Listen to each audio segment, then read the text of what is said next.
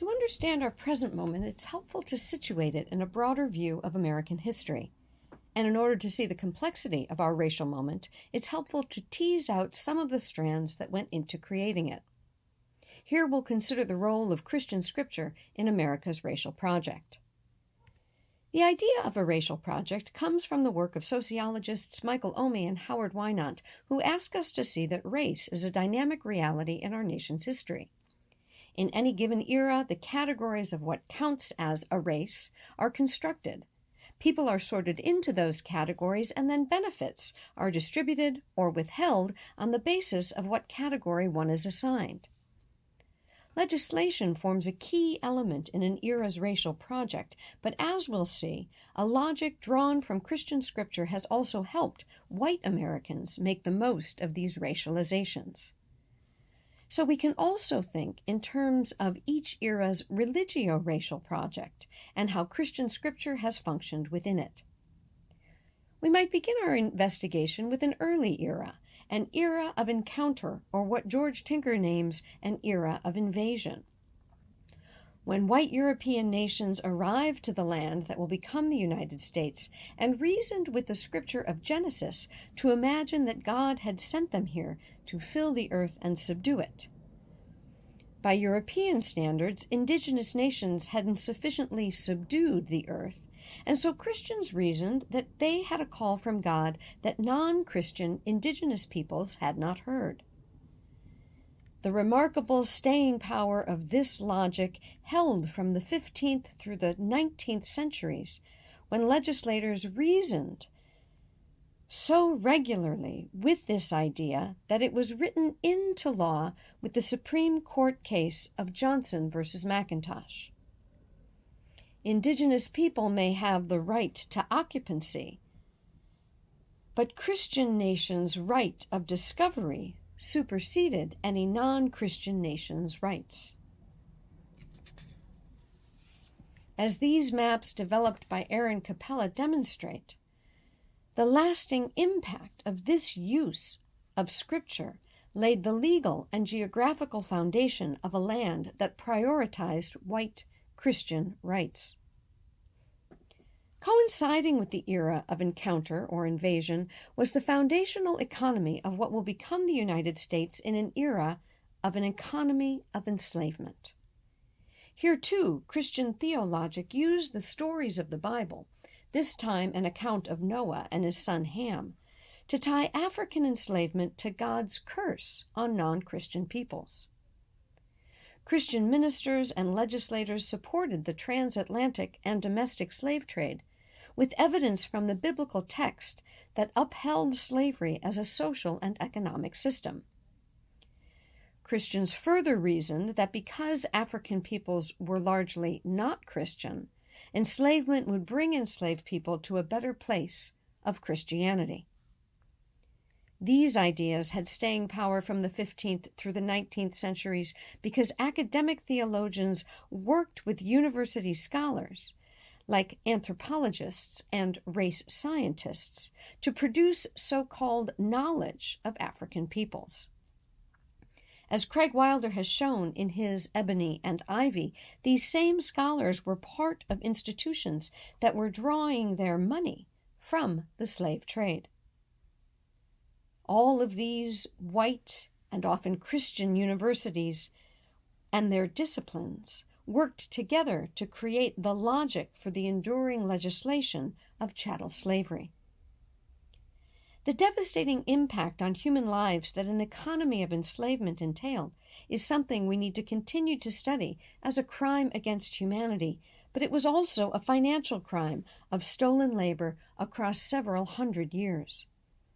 Wealth that might have been distributed to workers for their labor was instead directed to individual wealth building and the building of institutions like colleges and universities. The deep roots of racialized economic disparity remain with us from out of this era. But the project of nation building continued into our next era, the era of expansion, when the United States claimed land in the West, further dispossessing indigenous peoples and annexing land from what was then known as the United States of Mexico. In this era, the U.S. needed more people to help build the structures and settlements of the nation in the West. Workers were recruited from Europe, Asia, and Latin America, but when it came time for those workers to settle as citizens, Christian scripture helped to determine who among them would have the right to do so. This era's wider racial project was one in which white legislators saw the country as white and Christian.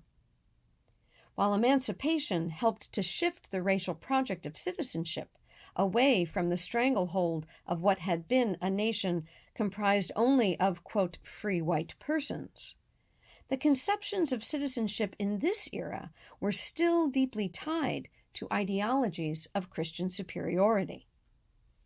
One important example from this era comes from Senator A.A. Sargent of California, who used the scriptural text from the book of Revelation to argue in this way on the Senate floor. The command of Scripture, he said, is go ye into all the world and preach the gospel to every creature. Not overwhelm your own family, your own neighborhood, your own nation with the effects of heathenism.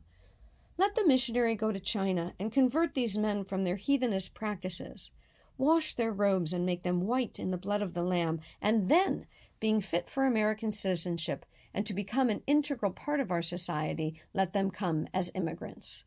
Until then, they destroy our body politic and destroy our civilization.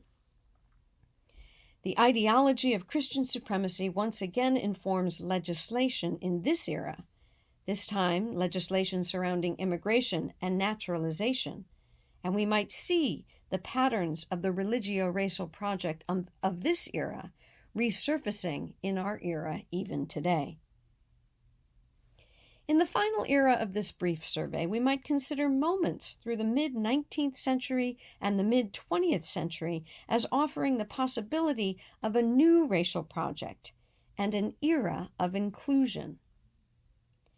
In the mid-19th century, emancipation fundamentally altered the makeup of the body politic, while early 20th century immigration built upon this, and mid-20th century legislation provided for an even more robust religious and racial diversity with the passing of the Hart-Celler Immigration Act. But throughout this era, we have evidence of white Christians using their scriptural text to defend their privileged access to the economic well-being that comes through home ownership and education.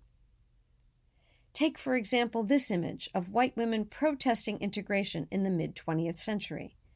Their sign reads, "Cursed is the man who integrates," and they reference the book of Jeremiah. If we turn to the scriptural text, we see the story of a God promising God's people a land flowing with milk and honey if they keep their covenant with God. These white Americans are using this ancient text, and we might interpret that they are seeing their neighborhoods, their schools, and their churches as part of the promise that God has made to them. This era is, of course, in the era of redlining, when University of Chicago economist Homer Hoyt had provided the reasoning used by the mortgage lending industry to argue that white families were a more secure investment for the government resources to be distributed through the Federal Housing Administration's program for lending. Hoyt had developed a racial hierarchy set out in the mortgage lending manual that named white families as a good investment and provided them with government resources for home ownership, while refusing funding to Black and Latinx families. In each of these eras, we see Christian scripture being used to formulate ideas, mobilized into legislation that would advantage white Christians and disadvantage people of color. The benefits of land ownership, of wealth building, of citizenship, and home ownership all were government legislated programs that directed wealth into the hands of white Americans. It's no wonder, then, that economists today can identify a sedimentation of racial inequality in a racial wealth gap, in which white households in this country hold somewhere between 10 and 20 times the median wealth of Black and Latinx households. This disparity did not drop from the sky, but was built over America's eras of racial injustice through legislation made reasonable with the help of Christian scriptural reasoning. If we can see how Christian scripture was used, and we can recognize the sedimentation of racial inequality in a racial wealth gap, we might ask the question of what role Christian scripture has to play in the racial project of today, including those projects of anti-racism to which we might be committed.